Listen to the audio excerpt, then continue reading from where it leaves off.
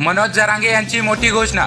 मराठा आरक्षणासंदर्भात मनोज जरांगे यांनी राज्य सरकारला दिलेल्या मुदतीचा आजचा अखेरचा दिवस आहे। यामुळे जालना येथे जरांगे यांनी पत्रकार परिषद घेत आम्ही सरकारला दिलेली मुदत संपत असून आज सकाळपर्यंत वाट पाहणार असल्याचं म्हटलं आहे। शिंदेचे मंत्री शंभूराज देसाई यांना वेळ दिलेला आहे, नंतर पुढचा दौरा ठरवला जाणार असल्याचं जरांगे यांनी म्हटलं आहे। आज दिवसभर आम्ही सरकारच्या भूमिकेवर व सरकार मराठा आरक्षण देणार का याची वाट पाहणार आहोत। पुढील रूपरेषा लवकरच राज्यातील मराठा समाज बांधवांशी चर्चा करून मी ठरवणार आहे। पश्चिम महाराष्ट्रातून माझा दौरा पुन्हा सुरू होणार आहे।